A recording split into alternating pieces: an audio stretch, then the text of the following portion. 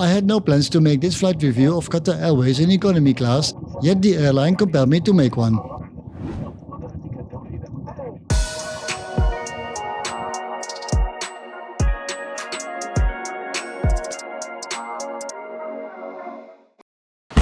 I'm at Terminal 3 and I'm going to take a flight to Brussels via Doha. So you'll probably know that this is a Qatar Air flight.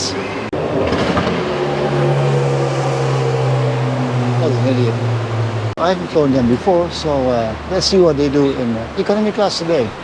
It is 11:30 in the evening here at Jakarta International Airport Terminal 3, where they have installed quite a number of new air conditioning units, so it's pretty cold here now. That's really nice. We'll be flying out on, that's really bright. I'm flying out to Doha on flight 955, which will take just over 9 hours.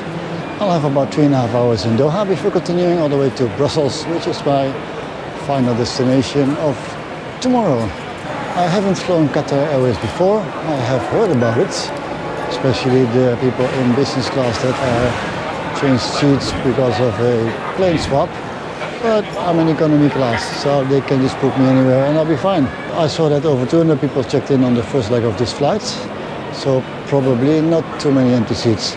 It is approaching midnight and I have been up for quite a number of hours. I'm going to sit down for a bit and wait for the boarding call.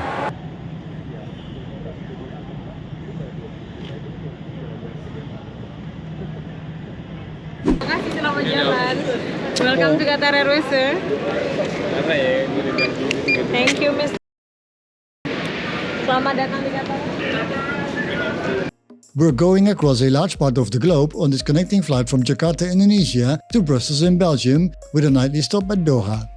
It won't be anything fancy outside what I need to discuss, but we'll be flying through a narrow corridor over the Middle East, namely the Red Sea, Kuwait, straight across Iraq into Turkey. Not many options left without major detours these days, unfortunately. The route shown here is not the actual route, just an approximation. Once again, we're in economy, so nothing fancy.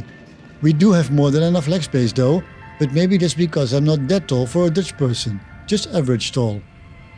My row of seats is still empty, but since I was sequence number 241 to check in, I didn't have much hope that I would get an empty seat next to me.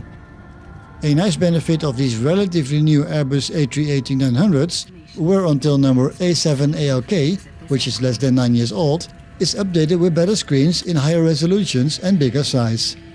I didn't use it much though, as I was mainly trying to get some sleep. A quick look at what was waiting for me in my economy class seat today. A Barcelona biggie with an eye mask. A grey blanket that actually was big enough, but of course caused me to be electrified for much of the flight. A simple pillow, of which I used two to get somewhat comfortable. The headset you don't want to steal, as you need a converter or some technical skills to put the proper plug on it. Meanwhile, we're taxiing towards the runway on the far end of the airport, well, of course.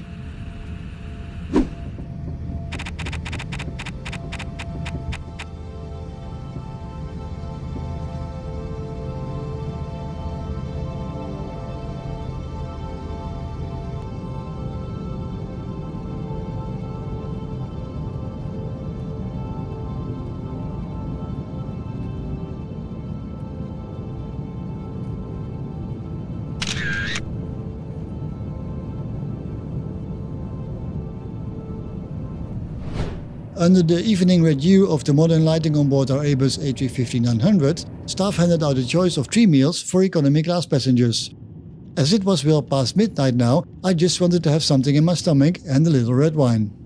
My meal was beef with mashed potatoes, a cold pasta salad and a chocolate mousse as dessert. Obligatory little bread bun was also served, but this tray service did not include that little cup of butter, which would be indicative of the meals that were to follow later. I hope that few cents in savings was worth it for the CEO of the airline. I held my hand over the meal as I had the feeling the portion size wasn't too big, although it's probably not too small either, as it's an economy class meal anyway. A few hours later, breakfast was of a similar character, no butter either. The chicken sausage, egg and potatoes were okay. And then we arrive at the big problem of this flight. My seat was not reclining as the button was pushed inwards and could not be pulled out again. I tried to unlatch the button, but to no avail. Happy for that empty seat next to me, so I could at least lean into the window. A few hours at Doha airport as transit is doable. It is mainly a very expensive mall where simple sandwiches and croissants go for €10 a piece, where coconut water from a factory will set you back €7 for a 200 ml pack, but where resting at the boarding gate is still free, fortunately.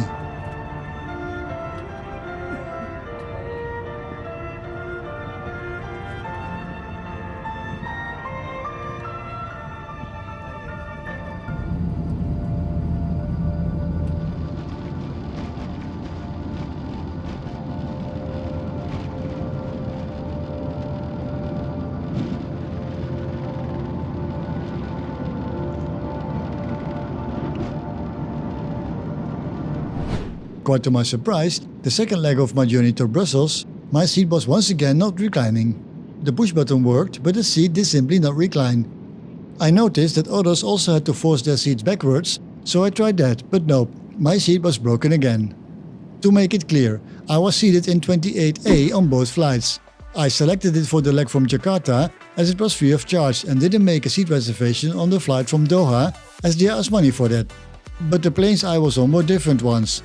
A7 ARK on the first flight, and the one I'm on now is A7 ALM. Both are Airbus A350-900s though, so I suspect the airline just made a judgment error and ordered inferior seats? Let me know if you have experienced this as well. Curious to hear about it. Review time. Let's keep it quick as we only had seats and meals this time.